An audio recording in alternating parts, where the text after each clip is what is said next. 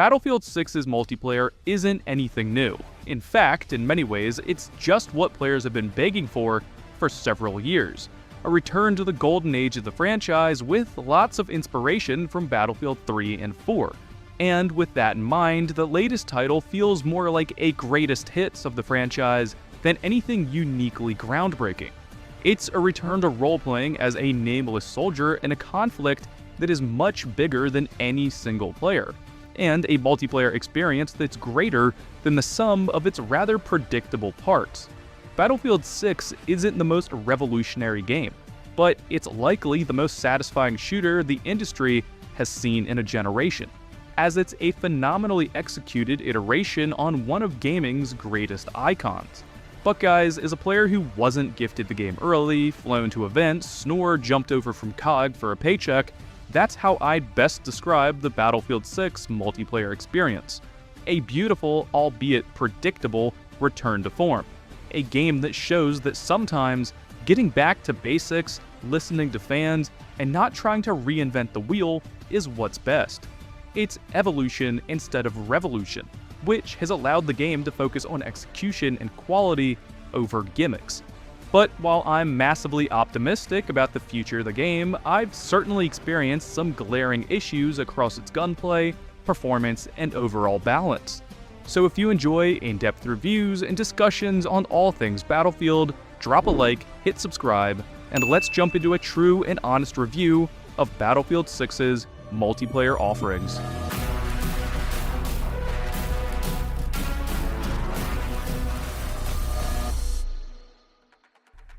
Right off the bat, I want to frame this review and get my major caveats out of the way. First, we gotta remember I'm writing this just a few dozen hours into the game. I'm currently around level 25, and aside from everyone's time being limited, the game itself is barely in version 1.0. In fact, as soon as October 28th, Season 1 as well as the Battle Royale are slated to release, and by then, a lot of my issues will probably be fixed, and a lot of changes will be incoming. Live service games are sorta hard to nail down with any one single review, so take this as my foundational thoughts and gripes with the game, which will almost certainly be addressed in the years to come. Primarily of which is performance, specifically hitching and stuttering within multiplayer. I've been playing on a Ryzen 9 RTX 4090 machine across a range of graphics and resolutions, with and without OBS open, frame generation on and off, and several performance modes toggled on. However, between myself and about half of my friends, the game just stutters like crazy. While the FPS appears to read as both high and stable, it appears from in-game logistics that the frame generation is inconsistent, with packets of frames hitching and rendering late.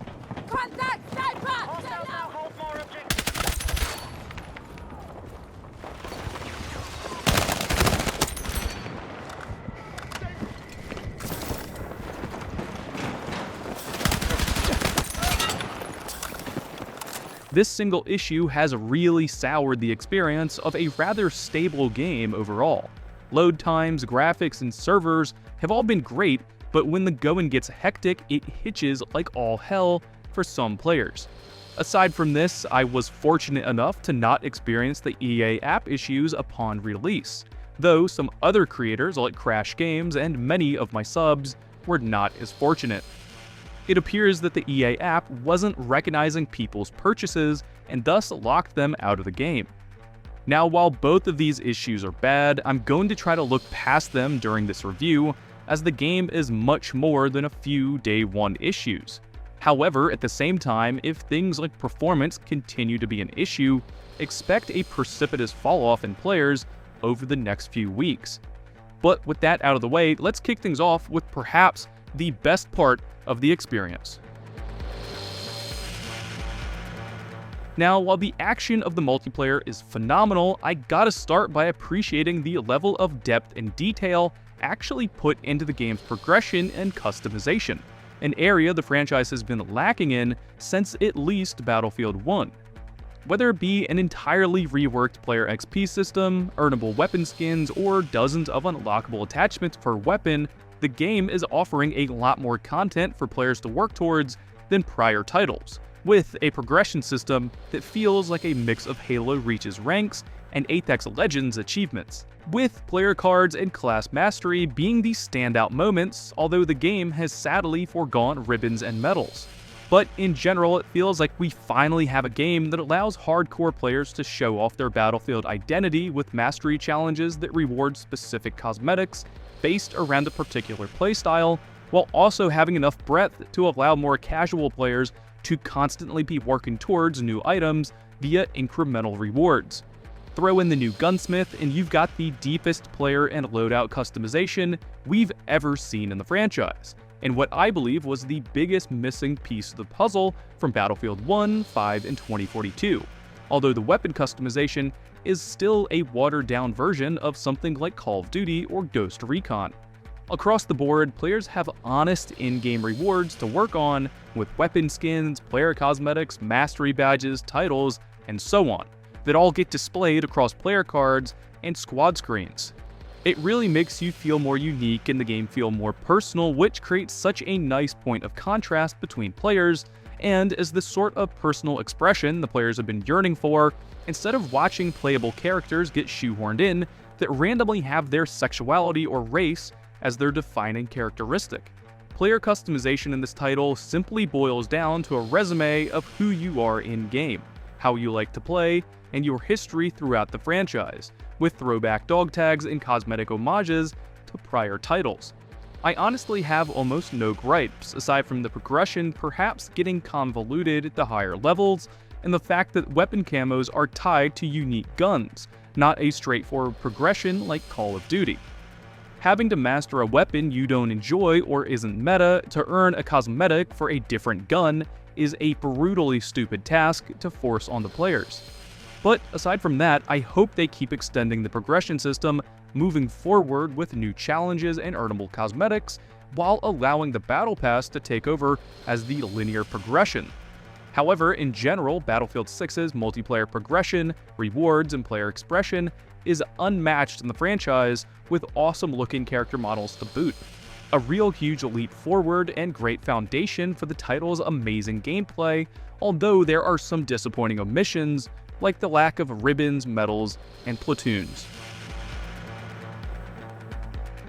Moving into the meat and potatoes of the experience, it's clear where this title's inspiration came from. In many ways, this game feels like it should have come out in 2016, as a clear continuation of the Battlefield 3 and 4 generation. Bold, robust, often urban multiplayer gameplay with a focus on more is more. More vehicles, more destruction, and more chaotic fun. And thankfully, the game doesn't weigh itself down with things like SBMM, though there are some glaring gameplay issues we'll get to in a minute. Simply put, Battlefield 6's multiplayer is exactly what players wanted, a continuation of the franchise's greatest era.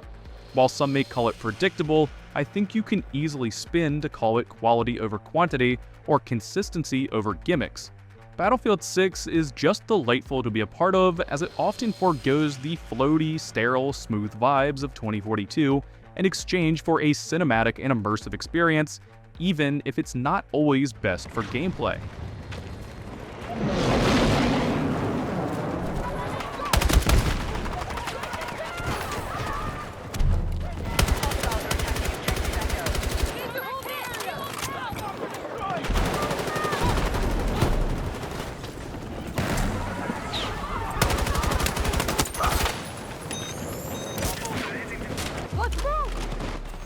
And while there are certainly issues with footstep audio, balance, and hit detection, in general, the game seems to focus less on competitive balance and more on making the average player feel something.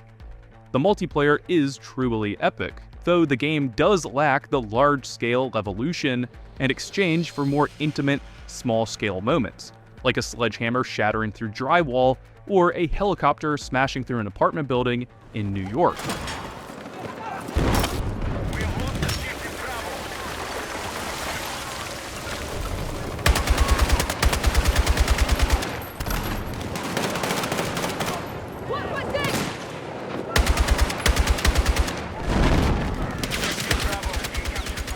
The game and its physics really seem to focus on more complex, detailed moments up close to the player instead of bombastic, map-changing scripted events.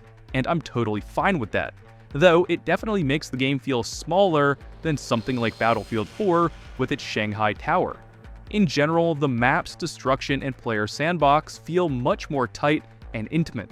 While the traditional rockets, C4, and explosive gadgets are present, the game really makes an effort to mix up the gameplay with more subtle mechanics, my favorite of which is the latter, a beautifully simple way to alter gameplay in a way that's purely non-lethal.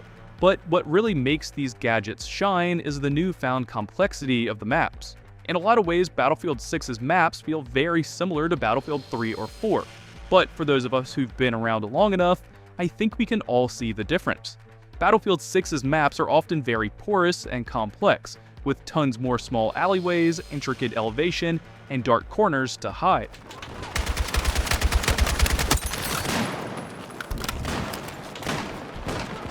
Right, there's a guy right next to you up there. I don't know how he didn't see me, but whatever. He was shooting at me as I parachuted off. Oh, they're spawning up here.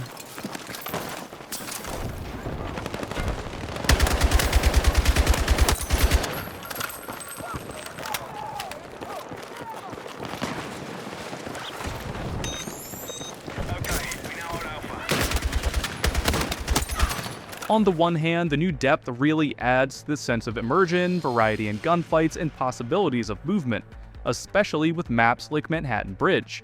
However, on the other hand, there's so many dark corners, levels of elevation, and dense greenery that engagements can often suffer from the same issues we saw with Modern Warfare 2019 and Battlefield 5. Too many corners to check, players being too hard to see, and too many places for people to hide at any one given moment, with the buildings on Sobek City being a glaring example of over-complexity.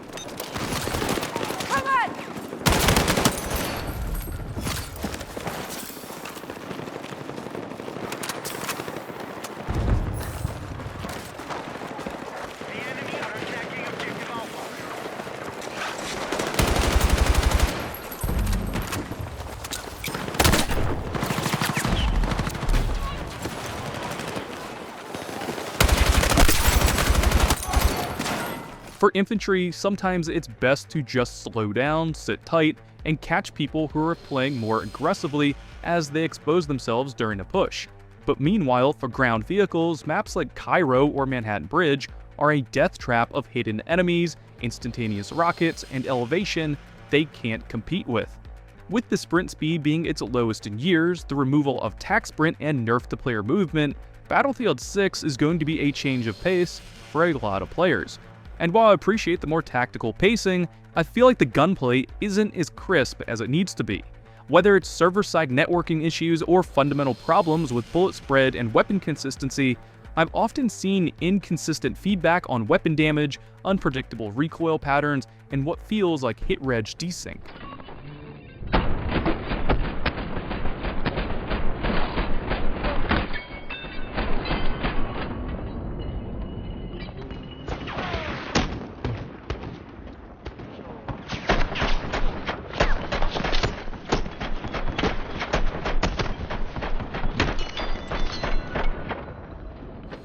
While the guns look and feel incredible, I and a lot of my friends feel the exchanges at distance, even with heavy rifles, feel like a roll of the dice. Attachments don't seem to improve the weapon performance as much as you'd expect, and even your more accuracy-focused rifles seem to suffer profoundly at range with lots of muzzle effects, visual recoil, and hard-to-read bullet spread. Which makes me feel like DICE has over-tuned the recoil in a way to create a problem, then sell you a solution with attachments down the road.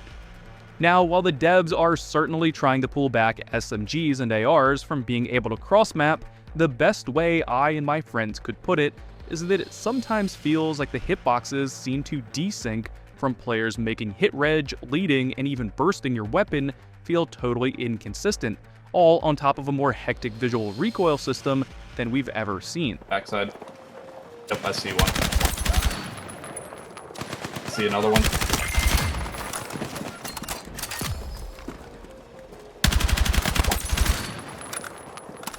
Number 1, I think the weapon attachments need more potency, and heavier rifles need to feel heavier with harder hitting shots at range.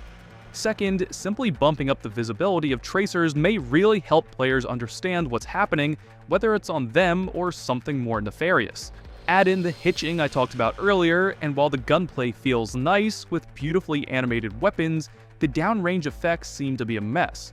So I wouldn't be surprised if we see patches touching up hit reg, networking, or player models down the road, all of which seem to be putting a dampener on the fun of this otherwise epic multiplayer.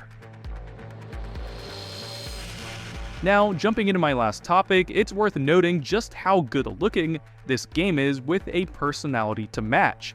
Again, Battlefield 6 isn't rewriting the status quo, but it's delivering a much more detailed, gritty, and stable set of visuals than we've seen in years with a mature creative direction to match. In many ways, this game reminds me of Modern Warfare 2019, and the graphics are probably the single biggest way. It's a much more real-world, textured take on the graphics than what we saw with the more stylized Battlefield 5 in 2042, with Maroc Valley being the standout example, in my opinion.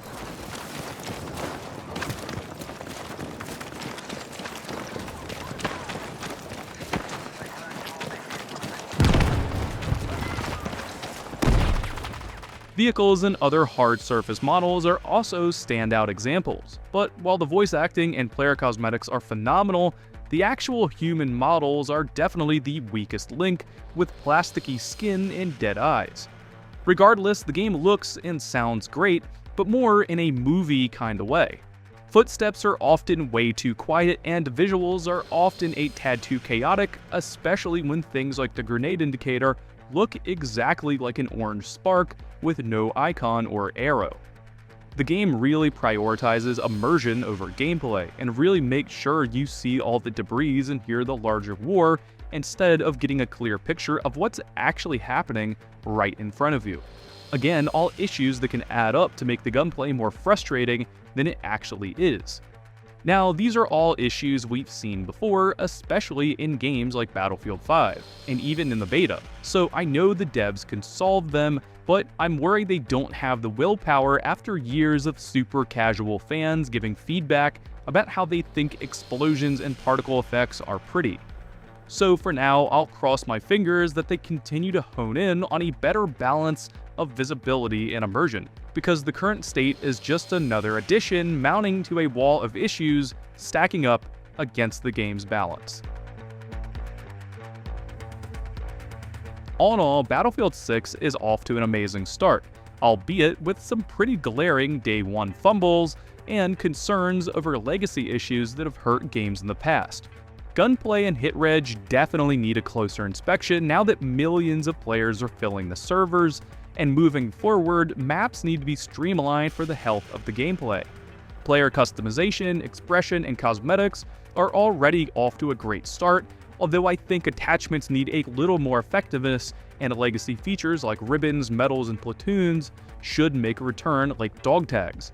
But the foundational progression system to earn all these items is rock solid, even without any live service elements to support it just yet. Overall, Battlefield 6's multiplayer is a triumphant return to form, and while the gameplay may look predictable from the outside, new additions to the formula have really helped progress the creativity and enjoyment of the experience, as the devs push for quality over quantity and finally stop trying to reinvent the wheel. The title's multiplayer experience is simply fun, cinematic, and immersive no matter what mode you play, big or small, outside of the odd balancing issue, especially in attack and defend modes on maps like Sobek City. But the core loop of gunplay, progression, and immersion always draws you back in, regardless of the issue. Overall, Battlefield 6's multiplayer is noteworthy because it shows a dedication to the fans, finally delivering on their demands after years in the making. And while the game has issues for now, with all the support that's to come, I think what we're seeing today is a phenomenal step forward for the franchise that simply needs to tweak its new game behind the scenes. But guys, let me know your scores in the comments below, and like always, stay tuned and subscribe for everything Battlefield, and as always, thank you guys for watching.